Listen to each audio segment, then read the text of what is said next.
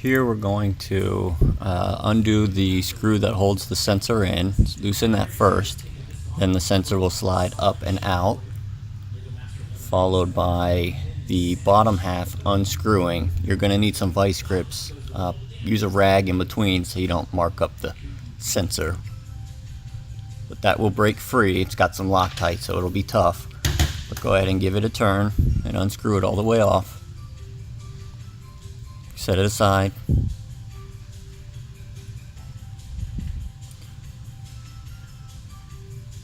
And now the second half will pull apart in the same fashion. You'll need some vice grips.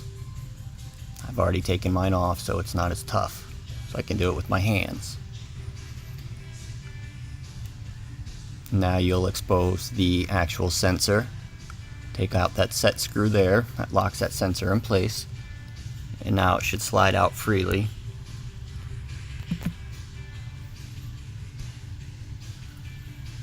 In which case, at the top is a red light that is on when that sensor is tripped. It's off now. Here you'll see I'll trip it with the screw. Red light will turn on.